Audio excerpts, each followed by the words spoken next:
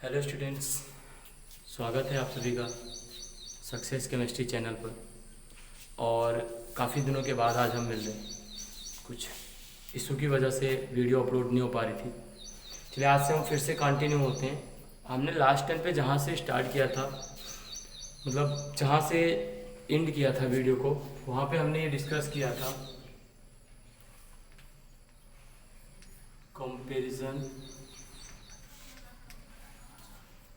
Comparison of Lewis acid की हम क्या देखेंगे, कंपैरिजन। चलिए एक्चुअल में क्या होता है, सबसे पहले जिसके पास जितना ज़्यादा चार्ज होगा, दैट मीन्स आइए बात करते हैं लुईस एसिड कैरेक्टर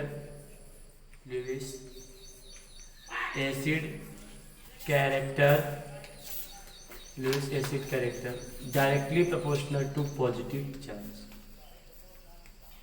इस बात को आप समझिए, मतलब जिसके पास जितना ज़्यादा लुईस एसिड कैरेक्टर होगा, जिसके पास जितना ज़्यादा पॉजिटिव चार्ज होगा, उतना ही ज़्यादा उसके पास लुईस एसिड कैरेक्टर होगा। अगर हम कोई एग्जांपल की बात करें, जैसे Na plus Mg plus 2 and Al plus, तो सबसे ज़्यादा पॉजिटिव चार्ज Al प्लस 3 के पास है, फिर Mg प्लस 2 के पास है, फिर Na प्लस के पास है। तो सबसे ज़्यादा लुईस एसिड कैरेक्टर किसके पास होगा? Al प्लस 3 के पास होगा। That means Al plus 3 is more Lewis acid than Mg plus 2 and Na plus. And second topic, अगर हम आपसे बात कर लें PCl3 एंड PCl5 में, आप जरा बताइएगा इन दोनों में किसका लुईस एसिड कैरेक्टर ज़्यादा होगा? ठीक है, अगर हम बात करें PCl5 की, तो फास्फोरस है +5 में एंड ये वाला फास्फोरस है +3 में। तो PCl5 में क्या है, आपका फास्फोरस की जो पॉजिटिव चार्ज की वैल्यू है वो ज़्यादा है, इसलिए PCl5 ज़्यादा एसिड होगा। अच्छा, अगर मैं एक एग्जांपल की बात करूं BeCl2, ठीक है, BCl3, ये आप याद रखना, क्योंकि अगर ये आएगा तो आप भूल जाओगे। इसमें ऑर्डर आता है सबसे, देखो यहाँ पे कार्बन होता है +4 +3 +2, आपके अकॉर्डिंग होना चाहिए CCl4 का सबसे ज़्यादा, फिर BCl3, पर BCl2 पर ऐसा नहीं होता है। BCl3 का सबसे ज़्यादा होता है, फिर आपका होता है BCl2 का, और उसके बाद होता है CCl4 का। तो इसमें सबसे कम जो होता है वो CCl4 का होता है। तो ये लुईस एसिड के कुछ ऑर्डर था, आप इसको याद रखना, ठीक है। अगर इसके बाद हम अगला, इसमें तो क्या था, पॉजिटिव चार्ज की बात थी। अगर मैं कहूँ सेम सेंट्रल एटम, मीन्स अगर आपका सेंट्रल एटम क्या हो, सेम हो। अच्छा, अगर सेंट्रल एटम सेम है तो होता यह है कि Lewis acid character directly proportional. देखिए, अगर सेंट्रल एटम सेम है तो आपको यह बताना है कि किस बात पे डिपेंड करेगा। तो ये डायरेक्टली प्रोपोर्शनल होता है electronegativity of surrounding atom. Surrounding that means ये आपका सेंट्रल एटम तो सेम है, तो जो लुईस एसिड कैरेक्टर होगा वो किस बात पे डिपेंड करेगा? सराउंडिंग एटम पर, ठीक है। तो जो लुईस एसिड कैरेक्टर है डायरेक्टली प्रोपोर्शनल होता है इलेक्ट्रोनेगेटिविटी ऑफ सराउंडिंग एटम। अच्छा, अगर इस बात में हम देखें, इसको ऐसा भी बोल सकता हूं मैं, Lewis acid character inversely proportional to size of surrounding atom. Inversely proportional होता है किसके? लुईस एसिड कैरेक्टर होता है साइज ऑफ सराउंडिंग एटम, मतलब सराउंडिंग एटम की साइज जितना ज्यादा होगा उतना ही मतलब लुईस एसिड कैरेक्टर कम होता जाएगा। अच्छा, एक एग्जांपल अगर हम करें, SiF4, SiCl4, SiBr4 and Si, इतने करते हैं, ठीक है। I4 बहुत रेयरली बनता है। चलिए बताइए सबसे ज्यादा किसका होगा? SiF4 का होगा, फिर Cl4 का, क्योंकि साइज भी कम है। साइज कम है तो लुईस एसिड कैरेक्टर क्या होगा? ज्यादा होगा। और अगर लुईस एसिड कैरेक्टर की बात करें डायरेक्टली प्रोपोर्शनल किसके है? Electronegativity of surrounding atom. तो सराउंडिंग एटम की इलेक्ट्रोनेगेटिविटी सबसे ज्यादा किसमें है? फ्लोरीन में है। Fluorine is more electronegative than chlorine and chlorine more electronegative than bromine. एक आपकी इलेक्ट्रोनेगेटिव ट्रिक भी है जो हमने पीरियोडिक टेबल में डिस्कस की है। अगर आपने नहीं देखा है तो आपको पीरियोडिक टेबल की भी लिंक चैनल के डिस्क्रिप्शन बॉक्स में मिल जाएगी, वहां से जाकर के देखिए। Electronegativity fluorine, oxygen and nitrogen, that means phone. सबसे ज्यादा इलेक्ट्रोनेगेटिव फ्लोरीन होता है, तब आपका ऑक्सीजन होता है और तब आपका नाइट्रोजन होता है। तो इस केस में क्या होता है? Lewis acid character directly proportional to electronegativity of surrounding atom. तो सराउंडिंग कौन है? सराउंडिंग फ्लोरीन है। सराउंडिंग कौन है? Cl है। सराउंडिंग कौन है? Br। तो इसमें आपको इलेक्ट्रोनेगेटिविटी का ऑर्डर देखना है। तो सबसे ज्यादा कौन होगा? Si(F4), फिर SiCl4, फिर SiBr4। अच्छा, अगर मैं इसी में क्वेश्चन करूं BF3, BCl3, BBr3 and BI3, देखो आपके अकॉर्डिंग क्या होना चाहिए? BF3 का सबसे ज्यादा होना चाहिए, पर एक्चुअल में होता क्या है कि BF3 तो वो है ना, देखो बोरॉन के आउटरमोस्ट शेल में कितने इलेक्ट्रॉन? 1s2, 2s2, 2p1, 3 की बाउंडिंग करेगा, टोटल 6 है। तो जब 6 इलेक्ट्रॉन है तो आप एक बताइए होता क्या है कि BCl3, BBr3, BI3 के केस में होने लगती है बैक बॉन्डिंग, और बैक बॉन्डिंग सबसे ज्यादा इसमें होती है, इसमें होती है और इसमें होती है। ये थोड़ा सा एक्सेप्शनल बिहेवियर शो करता है, इसको आप याद रखना। लुईस एसिड कैरेक्टर में Bi3 का सबसे ज्यादा होता है, फिर BBr3 का होता है, फिर BCl3 का होता है, BF3 का होता है। रीजन है बैक बॉन्डिंग। आगे हम डिस्कस करेंगे कि बैक बॉन्डिंग क्या है। रीजन है आपका back bonding.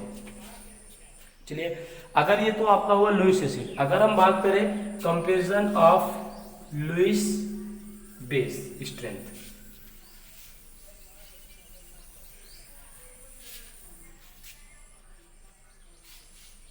Comparison of Lewis base strength, आइए। अच्छा, लुईस बेस की स्ट्रेंथ की अगर हम बात करें तो देखिए एक बात जान लीजिएगा, लुईस बेस जो होते हैं वो लुईस बेसिक कैरेक्टर मैं लिख देता हूं। Lewis basic character does not define by number of lone pair. तो जो लुईस बेसिक कैरेक्टर होता है उसको आप इस बात पे डिसाइड नहीं कर सकते कि जिसके पास ज्यादा से ज्यादा लोन पेयर हो ज्यादा से अच्छा आपका लुईस बेसिक होगा। तो पहला है for same period element, for same period element. अगर हम सेम पीरियड एलिमेंट की बात करें, if you talk about the same period element, अगर हम सेम पीरियड एलिमेंट की बात करें, देखिए क्या होगा। आइए देखिए, सेम पीरियड एलिमेंट की अगर हम बात करें तो होगा ये, अगर जैसे मैं ले लूं अमोनिया, वाटर एंड HF, ठीक है। तो होगा क्या, अमोनिया का लुईस बेसिक कैरेक्टर सबसे ज्यादा होगा, फिर वाटर का होगा और फिर फ्लोरीन का होगा। जबकि आपको पता है कि ऑक्सीजन के पास नंबर ऑफ लोन पेयर कितने हैं? 2, फ्लोरीन के पास कितने हैं? 3, और नाइट्रोजन के पास कितने हैं? 1। तो देखिए ये इस बात पे डिपेंड नहीं कर रहा है कि किसके पास नंबर ऑफ लोन पेयर सबसे ज्यादा है, और इस बात पे भी डिपेंड नहीं कर रहा है इलेक्ट्रोनेगेटिविटी। अच्छा, अगर हम कहना चाहें कि Lewis basic character inversely proportional to x upon electronegativity of central atom. Xc का मतलब इलेक्ट्रोनेगेटिविटी ऑफ सेंट्रल एटम, मतलब लुईस बेसिक कैरेक्टर जो है सेंट्रल एटम की इलेक्ट्रोनेगेटिविटी पर डिपेंड करेगा। तो जो बताइए जिसकी इलेक्ट्रोनेगेटिविटी सबसे ज्यादा उसकी लुईस बेसिक कैरेक्टर क्या हो जाएगी? सबसे कम हो जाएगी। उसके बाद ऑक्सीजन की, फिर नाइट्रोजन की, मतलब सबसे ज्यादा किसका होगा? नाइट्रोजन का। तो याद रखना कि Lewis basic character does not depend on the number of lone pair on the central atoms. If we talk about second, for different period element, for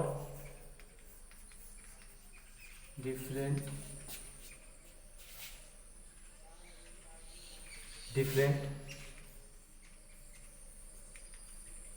period element. Different period element का मतलब periodic table में वो different period के element होंगे, मतलब एक ही period से belong नहीं करेगा। तो आइए बात करते हैं लुईस बेसिक कैरेक्टर। इस केस में क्या होता है, डायरेक्टली प्रोपोर्शनल होता है इलेक्ट्रॉन डेंसिटी के। समझने का प्रयास कीजिए, इलेक्ट्रॉन डेंसिटी अगर ज्यादा होगी तो लुईस बेसिक कैरेक्टर क्या होगा, ज्यादा होगा। एक एग्जांपल के थ्रू समझते हैं, अगर है NH3 PS3 ASH3 and SbH। अगर इस केस में हम देखें तो आइए बात कर लेते हैं, NH3 का क्या होगा सबसे ज्यादा, PS3 का, फिर ASH3 का, फिर SbH3 का, क्योंकि अमोनिया का साइज क्या है, स्मॉल है। देखिए सबके पास एक ही लोन पेयर है, तो किसी के पास वैकेंट डी ऑर्बिटल है, किसी के पास वैकेंट डी ऑर्बिटल नहीं है। जैसे अमोनिया के पास, नाइट्रोजन के पास वैकेंट डी ऑर्बिटल नहीं है, लेकिन अमोनिया का साइज कम है।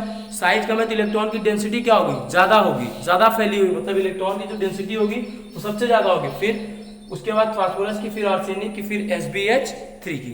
फिर अगर हम बात करें F minus, Cl minus, Br minus and I minus, तो आपको पता है सबसे ज्यादा किसमें होगा, F माइनस में, क्योंकि साइज छोटा है। साइज छोटा होने की वजह से इसकी इलेक्ट्रॉन डेंसिटी क्या होगी, मैक्सिमम होगी।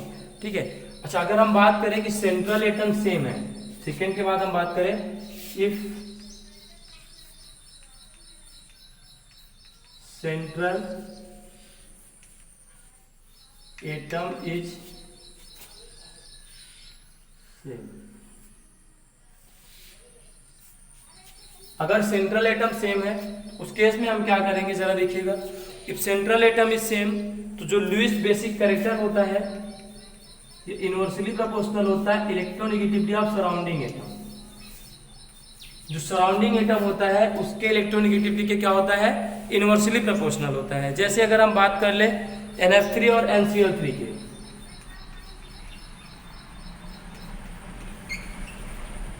तो बताइएगा NF3 और NCl3 में किसका ज्यादा होगा, NCl3 का। रीजन बैक बॉन्डिंग होता है, और हमने यहाँ बताया भी अगर सराउंडिंग की इलेक्ट्रोनेगेटिविटी ज्यादा है तो लुईस बेसिक कैरेक्टर क्या होगा, कम होगा। तो वैसे आपको लगेगा कि NF3 का ज्यादा होना चाहिए, पर एक्चुअल में क्या होता है, NCl3 का ज्यादा होता है, क्योंकि सराउंडिंग एटम की इलेक्ट्रोनेगेटिविटी इससे फ्लोरीन से कम है।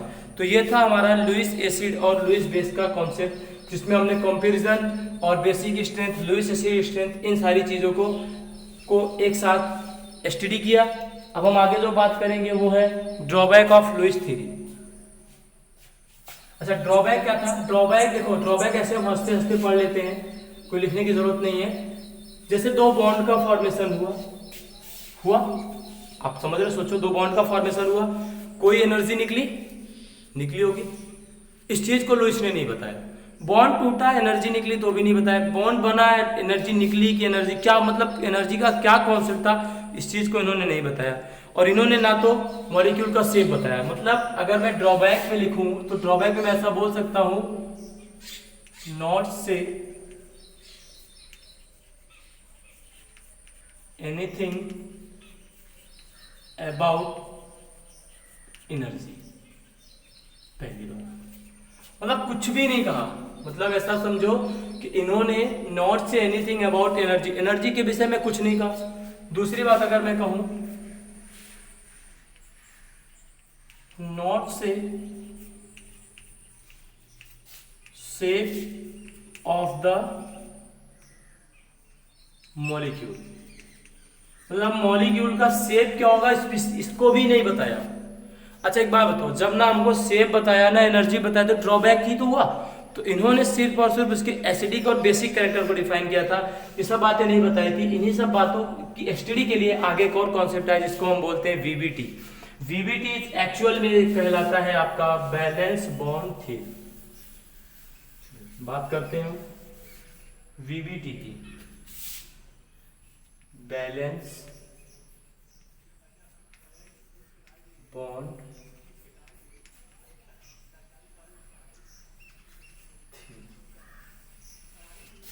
शॉर्ट फॉर्म में इसको बोलते हैं बीबीटी,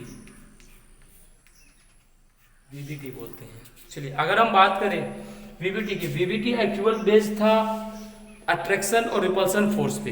जैसे मान लो कोई एटम है A2 का फॉर्मेशन कर रहे हैं, इसका A2 का सर्कल बनाने का प्रयास करता हूँ, बन तो गया है यार, अच्छा।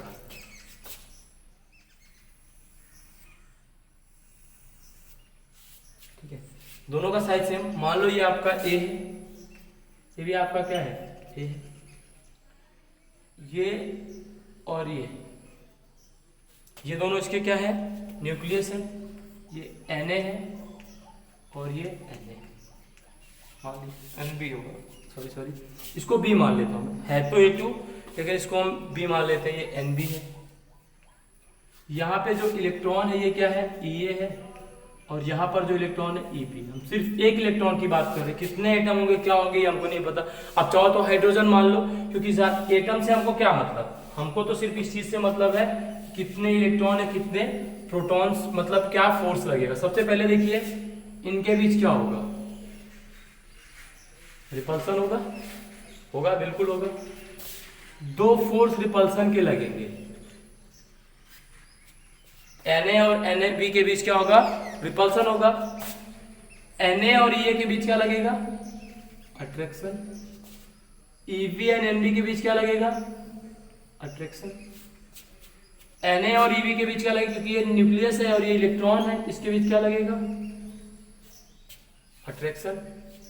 इनके बीच क्या लगेगा, Ea और Nb के बीच अट्रैक्शन। तो देखिए ओवरऑल यहाँ पे 2 अट्रैक्शन, 4 अट्रैक्शन और 2 रिपल्सन 4 वर्क कर रहे हैं। तो रिपल्सन आप कह सकते हैं, ऐसा अगर मैं लिखूं कि रिपल्सन कहाँ लग रहा है आप बताना, यहाँ पे लिखता हूं, रिपल्सन कहां पर लग रहा है ये बताइए। रिपल्सन जो लग रहा है आपका Na and Nb common Ea and, जो आपका रिपल्सन फोर्स है वो Na and Nb, E and Ev के बीच लग रहा है। दैट मीन्स ऐसा हम बोल सकते हैं कि between the two nucleus and between the two electrons there is 2 repulsion force act. If you talk about the attraction, अगर हम अट्रैक्शन की बात करें, देखिएगा न्यूक्लियस और इलेक्ट्रॉन मतलब 2 अट्रैक्शन फोर्स है न्यूक्लियस और इलेक्ट्रॉन के बीच, that means Na and Ea, पहला Na एंड Ea के बीच attraction, Na and Eb, Na और Eb के बीच attraction, Na and Nb and Eb, Nv and Ea, इनके बीच अट्रैक्शन। मतलब आपके 4 फोर्स लग रहे हैं अट्रैक्शन के हैं और 2 फोर्स किसके हैं, रिपल्सन के हैं। तो हुआ क्या है, एक बात सोचो, जब मान लो कोई भी मॉलिक्यूल है, जब एक दूसरे से लिंकअप करेगा तो एक ऐसी डिस्टेंस आएगी जहां पर अट्रैक्शन और रिपल्सन क्या हो जाता है, इक्वल हो जाता है। जब अट्रैक्शन और रिपल्सन इक्वल हो जाता है जहां पर, उसको हम R0 से नोट करते हैं, इसको हम बोलते हैं इंटर न्यूक्लियर डिस्टेंस। क्या बोलते हैं, इंटर न्यूक्लियर डिस्टेंस। जो इंटर न्यूक्लियर डिस्टेंस होती है इसी को हम बोलते हैं बॉन्ड लेंथ।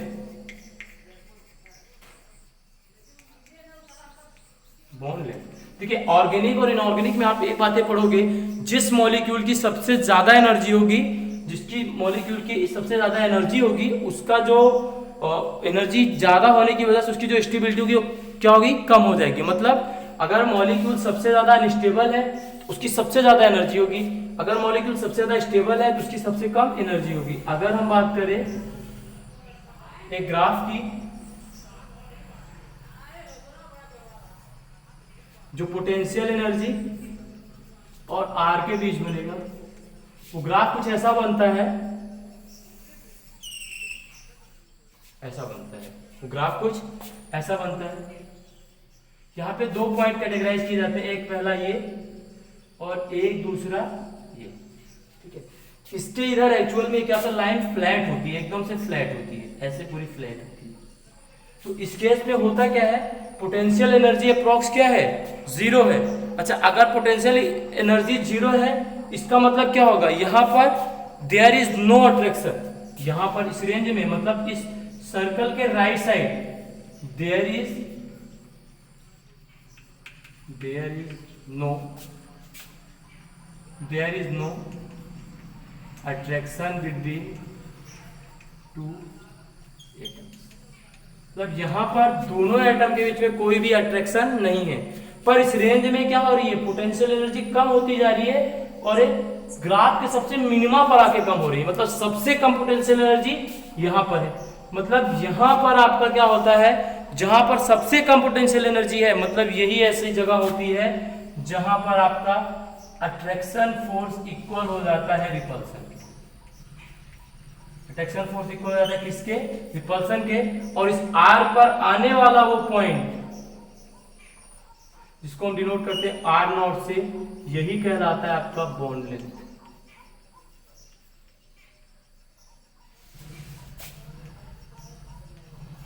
यहाँ पर क्या कहलाता है, बॉन्ड। अच्छा, इस रेंज में जरा आप बताइएगा, अट्रैक्शन डोमिनेट कर रहा है नहीं, क्योंकि एनर्जी घट रही है। एनर्जी मतलब सडनली घट रही है, मतलब मॉलिक्यूल ज्यादा से ज्यादा स्टेबल हो रहा है, इसका मतलब क्या हुआ, अट्रैक्शन डोमिनेट।